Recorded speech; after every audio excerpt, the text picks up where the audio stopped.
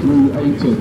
And 11, Lewis Taylor Boyce. Now on the bench side, we have 12, Lee Parsons, 13, Blake Beckett, 15, Ross Maxwell, 16, Carl Edwards, and 17, Liam Taylor. Now the account team for today we have in goal Joe McCormack, 2, Greg Marriott, 3, Ryan Seal, 4, Captain Chris Smith, 5, Nick Hall, 6, Adrian Whitmore, 7, Dominic Wilkinson, 8, Alex Brown, 9, Nathan Benja, 10, Elliot Reeves, and 11, Keenan Layton. Now on the bench tonight we have number 12, Gary Conway, 13, Oliver Naylor, 15, Kyle Daly, and 16, goalkeeping substitute, Liam Power. Squeeze in, get a couple round back, Lenny, get round back, or get somebody round back, or stand up on something so we can see you. Fit you all in, right?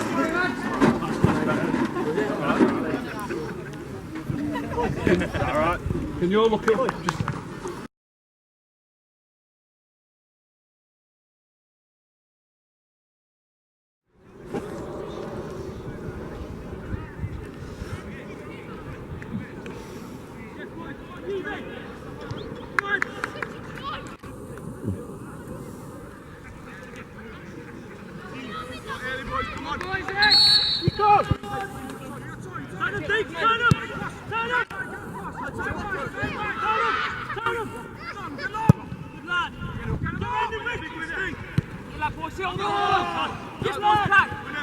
We're at the town ground where Heanor have just beat Walsall Wood 3-1. Goals coming from Nathan Benga with a brace and Elliot Reeves with a single goal. Now with me I've got manager Glenn Clarence and both assistants Steve Huntington and Steve Hamilton. Now I'll come to you first, Steve. Tonight obviously we've had to show something from Saturday in a game that was disappointing to say the least. We've gone out there, we look like we're full of energy, full of winning mentality, and in the end comfortable result. Yeah, well, obviously we had a chat after Saturday, and we spoke about the game on Saturday, and it's hard, Tony, and I think sometimes we need to remember that. You come on here 15-20 minutes after the game, and sometimes it's not the best thing in the world to do, is it? Because you need to go home and you need to think about things and you need to reflect on stuff. So we did that as a group. We had a long journey back and had a chat about various things, and I think we came to the conclusion that Saturday was just a bad day and possibly one game too far for a lot of young lads. But our options were limited, so we couldn't really change an awful lot on Saturday. Now, even with just a little addition tonight with Adi coming in, who I thought did very well, and Smudger coming back, it just gives us that little bit more experience, that little bit more of an edge that perhaps we were missing on Saturday. But listen, we're a good group of lads and we're a good squad, and you don't go 9 unbeaten in any league. Saturday was one game too far at that point. If we'd have had options, we'd have probably changed it, and that's all we said to the boys tonight. We said, listen, you're a good team, you're good players. You need to go out and put the question marks that have been put against you behind you tonight and go and perform. And to go and perform after going 1-0 down is even bigger show of the character that they've got in there.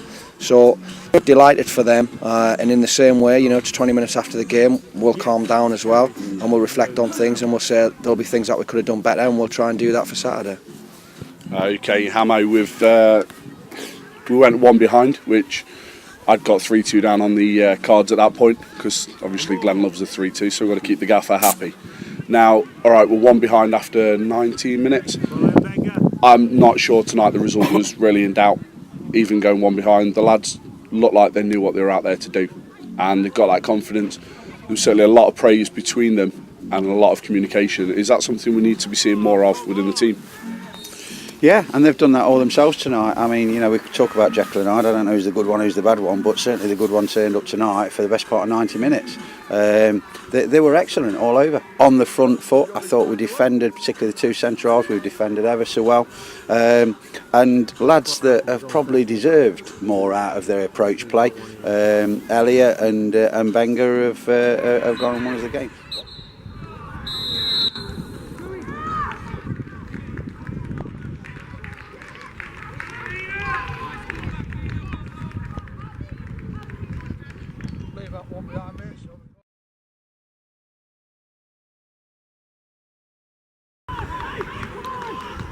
I'll leave that one. You have that one. If anybody comes back. Oh, was it miss off? Yours? Oh, my off. Right. What's that? Of the game, but every single one, right down to Keenan. Leighton's been through a bit of a tough time with us, and his attitude and application around us has been absolutely spot on. Never once questioned us, never said I deserve to be in there, and he's come on today, and I think he's been as good as anything on the pitch. So him and you know, unfair probably to mention one, but him in particular takes a lot to show the bottle that he's had and come out tonight and have a great game. So I'm pleased for him. But pleased for us, that group of players, any group of players, has the potential to either make you very sad or very happy. And tonight we're very, very happy, and long may it continue. Brilliant. Okay, Glenn, obviously we've still got a depleted squad. We've got players like Joe Naylor, certainly Kieran De Brouwer missing, who I'm sure you'd agree they're getting to most sides in our league. Without even thinking about it. Still 7 missing, Tony. Yeah, so we're massively depleted. We've got 1 defeat in 11.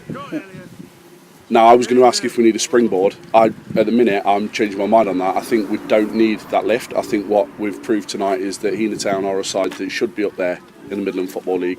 Are you just happy as manager that we're continuing to show what we're about? Very hard to defeat.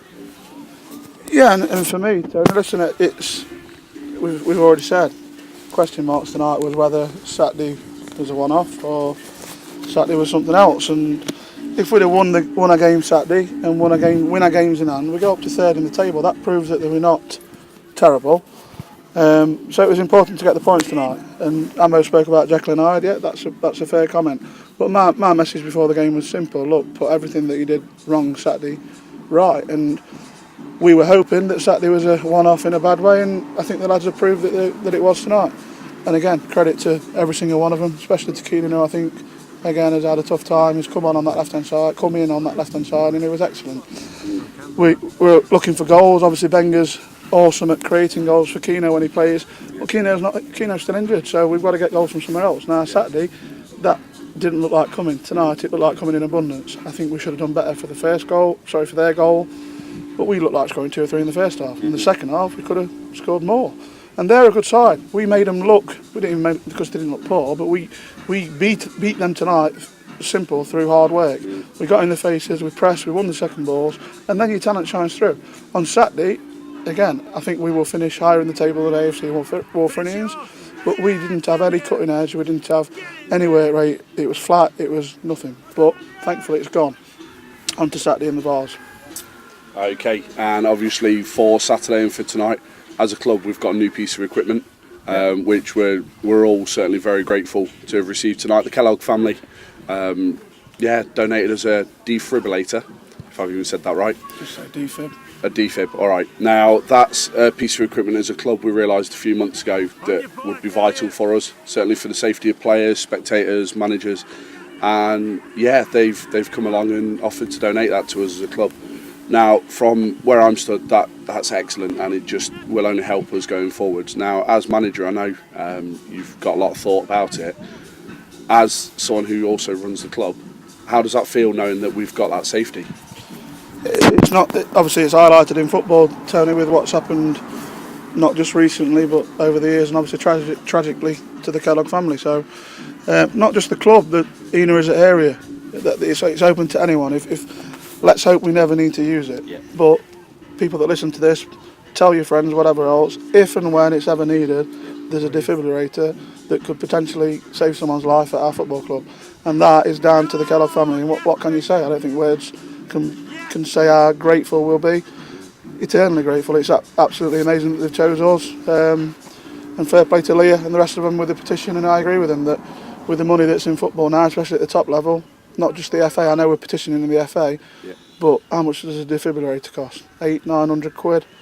That's 1 minute's wages for someone. Yeah. Let's get every single club in the country with one. So fair play to them, and obviously a massive thank you from the club. Excellent. And on that note, thank you for your time, gents. Thank you.